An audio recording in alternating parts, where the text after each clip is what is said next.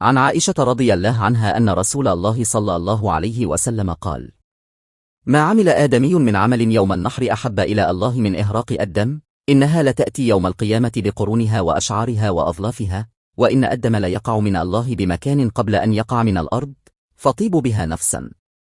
অনুবাদ বাংলা। আয়েশা রা থেকে বর্ণিত, রাসূলুল্লাহ সাল্লাল্লাহু আলাইহি ওয়াসাল্লাম ইরশাদ করেছেন, কুরবানির দিনে আদম সন্তানের কোনো আমলই আল্লাহর কাছে রক্ত প্রবাহিত কুরবানি করার চেয়ে বেশি প্রিয় নয়।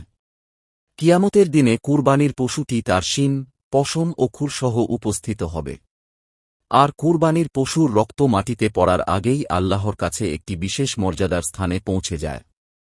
অতএব তোমরা আনন্দিত মনে ও সন্তুষ্ট চিত্তে কুরবানি করো। সুনানে তিরমিজি 1493, সুনানে ইবনে মাজাহ 3126।